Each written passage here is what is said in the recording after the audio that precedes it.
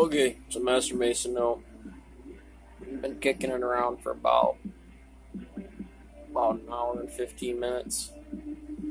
Got about 3:30. So that's my Master Mason note for today. I want to talk about it. Just starting back over here at Tompkins today. I got to go in at 7:30. Probably running their bowl catching on the back end of the tread saw. Well, I'd imagine it's some of that.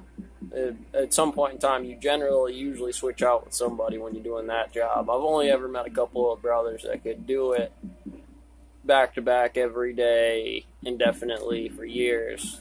One of them was a power lifter. That's what it did. He went into the stone mill catching 8-foot, 2-inch treads all day. Usually with another guy helps him do the big stuff, but man, 5-footers, 6-footers by hand to himself, no crane, all day, run on the back end of a monster tread line. That's the pretty much pump out of those buildings. That's what the main. I can do his job.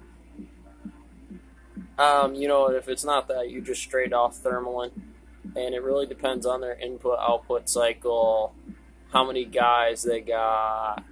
And that's the kind of stuff that I wanted to be talking about this morning. Generally, where's your game face on for that day? Motivation, perspective. You're always negotiating it. Don't fucking hide it or fight it. You can't process those numbers unless you deal with them. Problems are solutions. And I know it's one of those medical physical things that everybody hates to deal with. There's plenty in it. I mean, I wish I could tell you it was everything I wanted it to be and more. Sure, I want a 12-point buck, but when a spike comes walking by, that's what you get. I'm not saying that in lines of semonics to the company. So this one's pretty good. Like I said, I've got my teeth here. They've been around. They're super experienced guys. So when you go looking for numbers and techniques and things like that, you're going to get a good, seasoned answer on what that is. So, from somebody.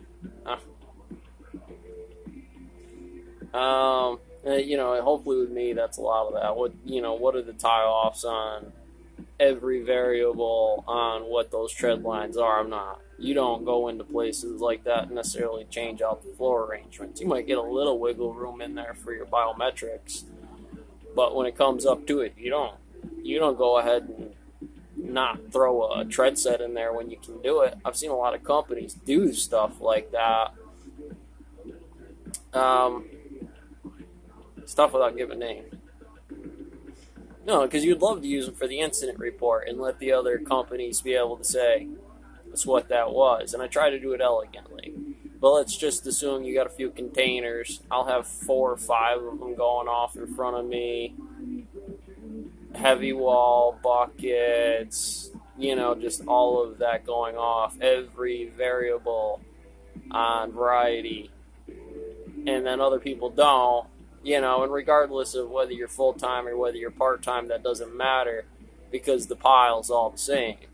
And why 2 people do things. I mean, is it time? Is it this, that, or the other?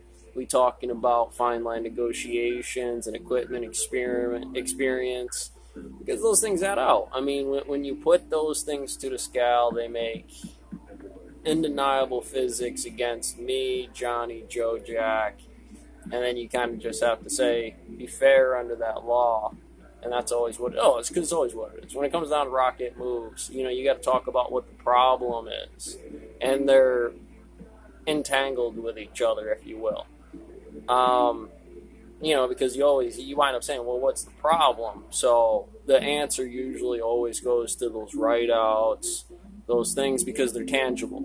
I can say, in this form, boss, because it's a math problem. Remember, you want to be able to have players who answer the equation in that form. Like, I don't need the SAW programs. I need a thermaler station that is a SAW program.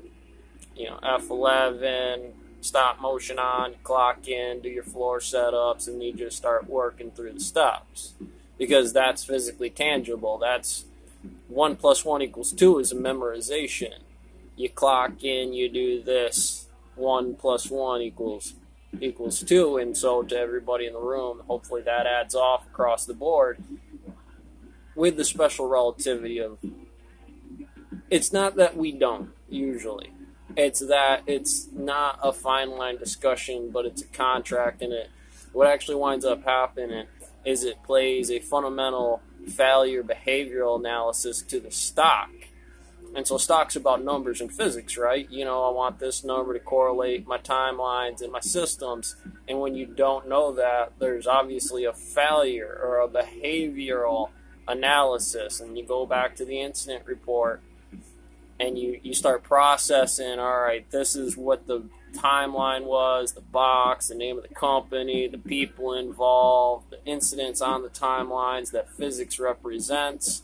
This person will say this, there's the physics, here's the camera, and you just start going through that. And you try to reference legally which ones you'll have access to, even if it's not your company, because it works the same way with tools or equipment.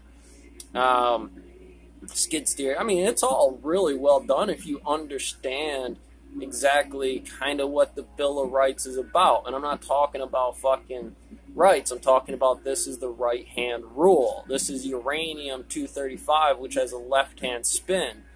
That is right-handed when you do the math. It's just the math's going to come out inverted, which means highly radioactive. The environment's got to be better.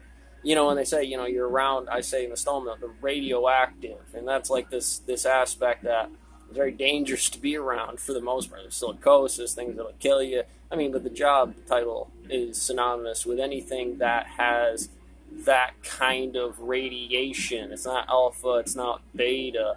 It's anywhere's in there because it gets dangerous. What? Bite you, clip you, catch you, kill you, fire you, make you quit, have problems with the, just social life that's involved with those group numbers. Because that's every day. That's not home, that's not out, that's this group number right now and how well you can quantifiably make something function inside of there, whether it's this box or that box or any other box, because that's always the problem. I don't care if it's bosses, Murphy's Law, it works both sides of it. It's the kid, it can go wrong, but it's also the foreman, the manager, the master mason that has a rapid deceleration on that skill gap. Like, for whatever reason, on what the rocket ship does every time, you can't get, that's usually where I'm at in the morning. Right around that accretion disk on a Penrose map, banging around this FMA object like they're massless virtual particles, right there at that accretion disk at M2. From M1, an apple, M2 you have Betty Crocker's Cake Factory, apple fritters, whatever, hunting, whatever the game may be, and that's where, for you might have a beneficial model to do that, and for somebody else, it's just a little easier to capitalize on that value in that form. Again, in that form, you're going into the tread line, you got a big experience, really nothing much on the board. It's a burning spot, but like if you understand how super critical those positions are for a Sawyer just doing it, or a tread line, the finished pump count. You gotta ask questions, honestly. So you gotta figure out how to ask those questions. Like, why'd the guy before me quit? First one. What didn't he like? What couldn't they do? No. I'm sure why'd they quit? If you can get that one, you can get that one that goes after that one. You know what this is. So why'd they quit? Obviously, we can get the next one. Realistically, it's what do you want for the position? What's 5 years from here, from day one? If I was a blind, deaf, dumb monkey and you've done 5 years for these things, what does that turn into? And do that if you had an additional spot. Let's say I had a couple of blocks out back there. You know, you just run pump volume 1-to-1 at the top. You separate in blockouts. What's your station out here? How you... Catch you on the next one.